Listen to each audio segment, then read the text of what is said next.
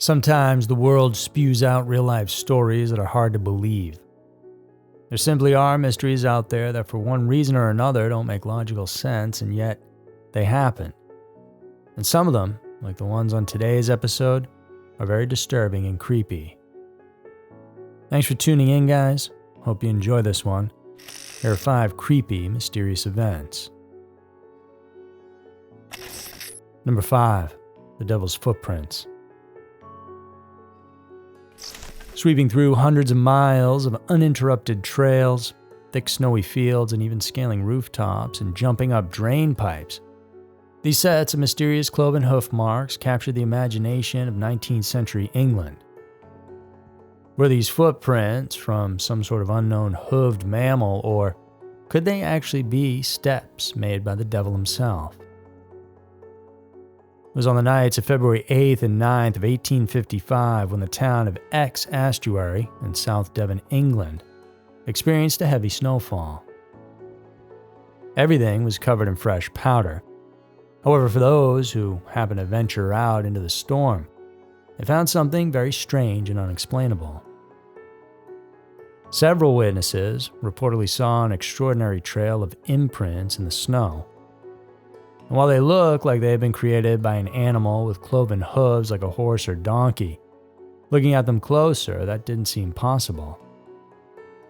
And things then began to take a weird turn when onlookers started to realize that the gait made by this creature was not from a 4-legged animal, but something that was bipedal, walking on just 2 legs. Each of the hoof prints measured about 4 inches long and 3 inches wide, which is akin to that of a donkey's. However, the space between each step were comparatively small, spaced only between 10 to 12 inches apart and in a single file. Quick to assume, the superstitious and religious people of South Devon suggested that these had to be the tracks of Satan, which at the time was often characterized as having the horns and hooves of a goat. The exact route that the devil's footprints took weren't exactly clear, although many believed it circumnavigated the quiet little town. And based on sightings far and wide, it's also said that they covered at least 100 miles of total distance. Considering this, it boggled everyone's mind as to how the steps seemed to skip over obstacles like walls and tall fences, as well as appearing to jump up onto high places like the roofs of houses. Amidst the superstitious beliefs, there were those who tried to give a more sound explanation of this phenomenon. Some investigators said that this had to be the result of an experimental balloon released by mistake from a nearby dockyard. It had then been flying low, with its 2 trailing shackles making the marks on the ground. However, the perfect distance that these marks were made in made that hard to believe for some.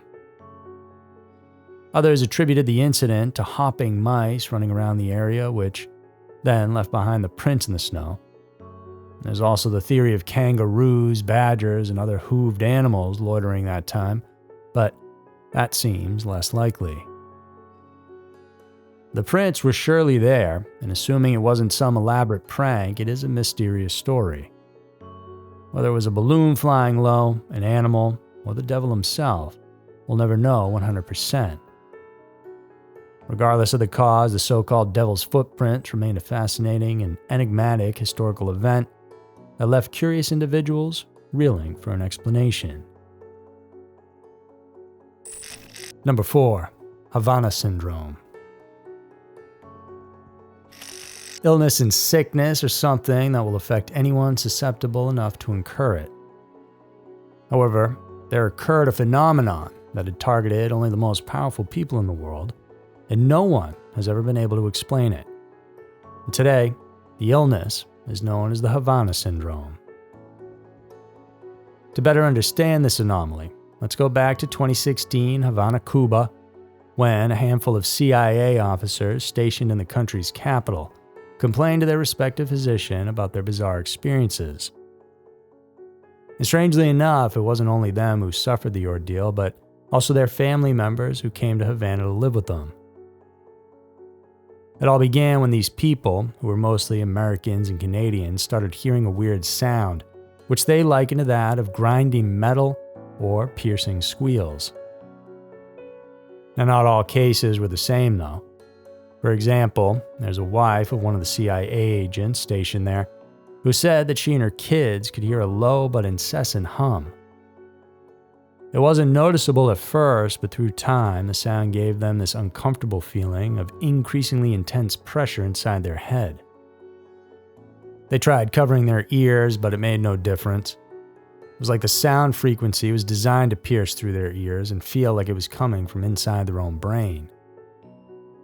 And while those are strange and scary, there are also reports from some saying they couldn't hear sound at all, temporarily going deaf and feeling a wave of heat and pressure coursing through their bodies. The ensuing symptoms included severe headaches, dizziness, nausea, and other neurological problems. There were, to some extent, those who ultimately lost their hearing and their cognitive abilities were greatly affected afterwards.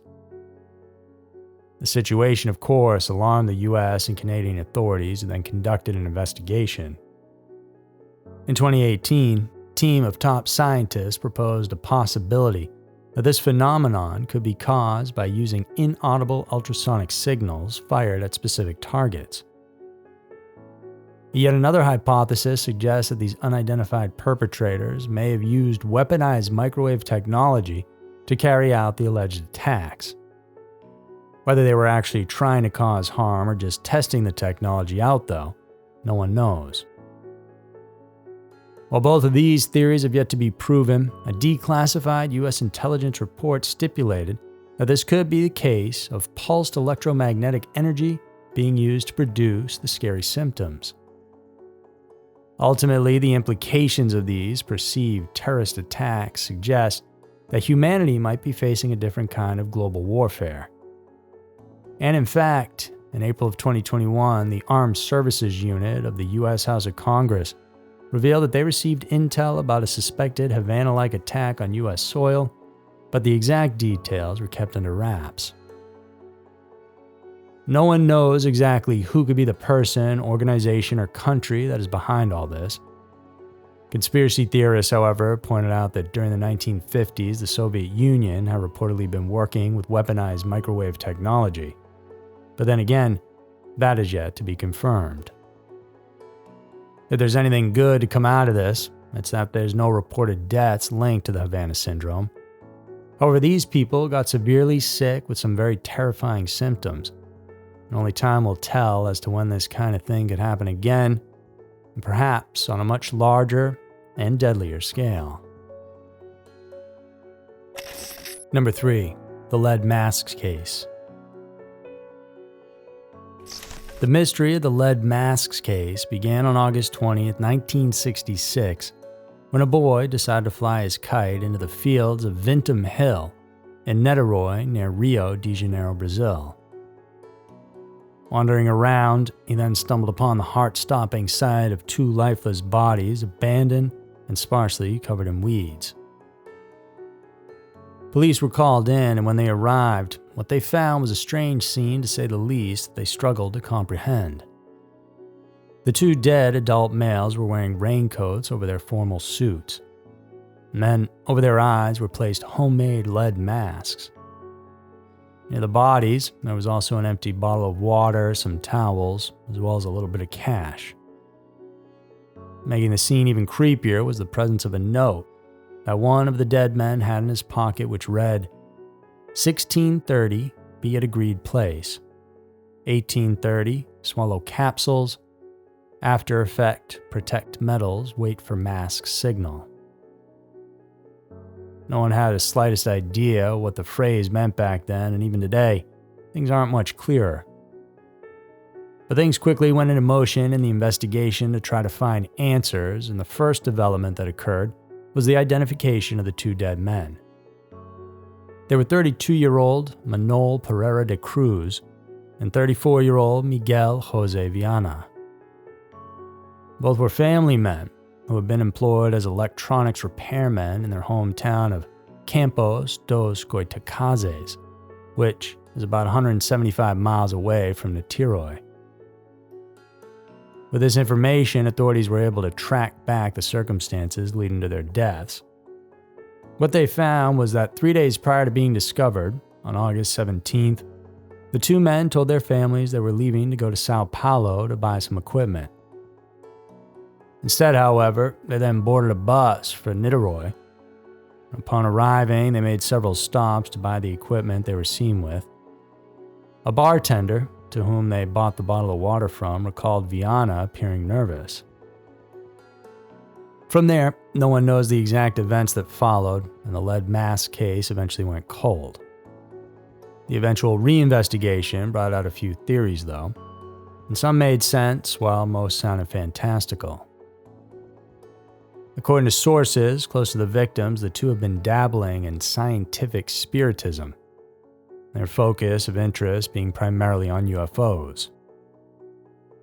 Apparently, the men had long been attempting to contact extraterrestrials or spirits using psychedelic drugs. They believe that such an encounter might involve seeing blinding light, which is why the men created those lead masks to shield their eyes. And, as it turned out, the night that the two men died, residents near Vinton Hill reported seeing a round orange UFO hovering over it. So, is it possible the men had somehow managed to make contact with ETs, and that this glowing orb and their deaths are connected? When they met, was it possibly all too much for their senses, and so they ended up dying in the process? This is what some believed. Police, on the other hand, thought that the two most likely died of a drug overdose. It's now a big mystery whether their deaths were self-induced or supernatural in kind. Regardless, Manuel Parada da Cruz and Miguel Viana climbed Vinton Hill with a goal in mind, but unfortunately, they didn't seem to reach it. Or did they? Number 2. The Bloop. In 1997, a group of scientists were searching for underwater volcanoes off the coast of South America when all of a sudden their hydrophones, a relic of Cold War submarine tracking technology, recorded something they couldn't explain. It's a strange, exceptionally loud noise, and it's known as the bloop. In the summer of that year, researchers from the U.S. National Oceanic and Atmospheric Administration, or NOAA, took notice of a sound detected somewhere near the southwestern part of the Pacific Ocean, almost near the southern tip of Chile. The sound was detected by the Equatorial Pacific Ocean Autonomous Hydrophone Array. This is a set of microphones primarily used to monitor undersea seismicity, ice noise, as well as marine animal migration. In this case, the sound captured by the instrument was so loud that it could be heard by multiple sensors, some of which were installed as far as 3,000 miles away. Details of the report indicated that the strange audio output rose in frequency for about 1 minute before ultimately disappearing. The bloop consequently captured the world's attention due to its bizarre nature. Those having the wildest kind of imagination went on to propose that the sound could be a call of an aquatic dinosaur, a megalodon, or perhaps a sea creature that's yet to be discovered. The news became even more sensational when the NOAA initially confirmed in their report that the sound was definitely not man-made, but possibly biological in nature. Some people jumped into the craze, saying that this could be the mythical creature from H.P. Lovecraft's popular work, Call of the Cthulhu. They pointed out that the bloop was detected and recorded just about 1,000 kilometers from a place where, according to the story, Cthulhu first emerged into this world. However, as exciting as this fan theory was, in 2005, scientists were able to come up with an explanation about what the bloop actually was. As their analysis suggests, the sound is far louder than anything a whale or gigantic marine creature could possibly produce. As such, there's a probability that this could be caused by something else, something even larger, something non-living. As NOAA stated, the bloop could certainly be a sound produced by a large cryosystem, which means an icequake. To put it simply, a huge iceberg might have broken up, a process known as calving. Experts explain that the stress and pressure within the ice creates fissures and fractures that led to these massive ice formations to break apart. And the result would be a loud cracking or rumbling sound that could be so deafening that it could certainly be heard thousands of miles away. There are many instances in which ice calvings have happened before, and most of the time the sound they made was mistaken for an earthquake or a thunderclap. While this may clear up the mystery a bit, it's never been proven what it actually was, and so what made the infamous bloop sound is still up for debate. Number 1. The Lake Bottom Murders. For what was supposed to be a romantic double date among teenagers, an outdoor excursion unexpectedly turned out to become one of the world's most baffling true crime cases. On June 5th of 1960, 15-year-olds Mila Bjorklund and Anja Maki set out for a camping trip to Lake Bottom, a popular site near Espoo in Finland. Accompanying the two young ladies were their 18-year-old boyfriends, Seppo Boozman and Niels Gustafsson. Young and full of vitality, the foursome enjoyed their excursion in nature as they appeared to have the whole place to themselves. It was like exploring a new world without a single other person around, and this continued into the early hours of the next morning when all that changed.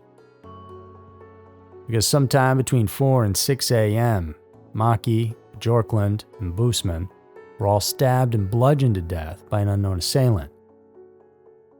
The fourth camper, Gustafsson, was found unconscious and would be the only survivor of the massacre. He incurred several fractures to his face, which, according to investigators, confirmed his story of being a victim of the onslaught. He stated later on that he managed to get a glimpse of their attacker. It was someone or something dressed in black with bright red eyes. The discovery of the group happened at around 6:30 that same morning, so very shortly after the attack. A group of bird watchers in the area saw the campsite, which in their statement appeared to be in total disarray. When they approached, they saw Bjorklund, Gustafsson's girlfriend, lying on top of their tent. Maki and Boseman, meanwhile, were found bloodied and lifeless inside their makeshift shelter. In the eventual interrogation, one birdwatcher said that they saw a blond man hurriedly walking away from the tents as they approached. By around noon, police were on the scene, and by then, the victims of what is now known as the Lake Bottom murders had been dead for more than 6 hours. A series of extensive police investigations followed soon after, where it was found out that the assailant had attacked blindly from outside the tent. The perpetrator appeared to have used a knife to stab the victims, although there were indications suggesting that he or she might have also used a blunt object, possibly a rock, to bludgeon the victims. Despite all their efforts, ultimately though, no leads really ever developed, and so the case remains unsolved to this day. There were many theories and suspects questioned over the years, including Gustafsson himself, who was the only survivor. But suggesting he committed the crime and then beat himself unconscious is a bit of a stretch, even for the most determined criminal. During the early stages of the investigation, the young man was a prime suspect in the crime, but he was cleared of any suspicion due to his injuries, and so that was that. But a twist in the case happened 44 years later in 2004, when it was reopened and Gustafsson was arrested for the crime before being put to trial. The prosecutors there argue that the accused was drunk at the time of the attack and was booted out by the trio for one reason or another. So, in retaliation, he allegedly attacked the other boy, and the fight supposedly escalated into him committing the murders. However, a year later, the defendant was acquitted of all charges due to inconclusive evidence and a failure to show a motive. One theory around the case said that the killings were carried out by KGB agents as part of a Cold War plot, and another, perhaps more interesting one, suggests that the trio fell victim to occult practices.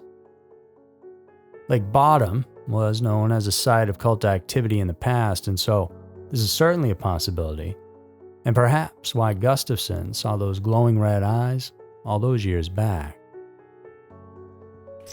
So there were 5 creepy, mysterious events I know you don't know about, but now you do. Hope you guys enjoyed it. Please subscribe, check out some other videos, and thank you so much for tuning in. Hope to see you guys in the next one.